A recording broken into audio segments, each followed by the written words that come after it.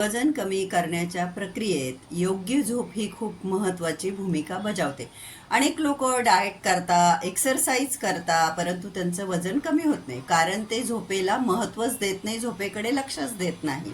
Ghrelin आणि लेफ्टिन हे दोन हार्मोन भूक नियंत्रित करण्याचं काम करतात आणि आपली जेव्हा झोप होत नाही तेव्हा ग्रेलिन म्हणजे जे की भूक वाढविण्याचं काम करतं ते वाढतं आणि लेप्टिन पोट भरल्याची जाणीव करून देणारा हार्मोन कमी होतो. त्यामुळे काय होतं, मग तुम्हाला खूप जास्त भूक लागती आणि तुम्ही अनावश्यक गोष्टी खाणं सुरू करून देतात.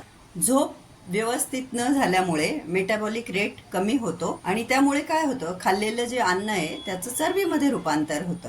जेव्हा आपली झोप अपुरी होते ना, तेव्हा आपल्या क्रेविंग्ज वाढतात. आपल्याला तळलेलं, गोड, मिठाचे, साखरेचे असे पदार्थ खाण्याची इच्छा होते. झोप जर अपुरी झाली तर एक्सरसाइज करायला आपल्यामध्ये ऊर्जा राहत नाही. अपुरी झोप शरीराच्या इन्सुलिनच्या प्रतिसादावर परिणाम करते आणि त्यामुळे काय होतं, शुगर वाढते आणि फॅट स्टोरेज देखील वाढतं.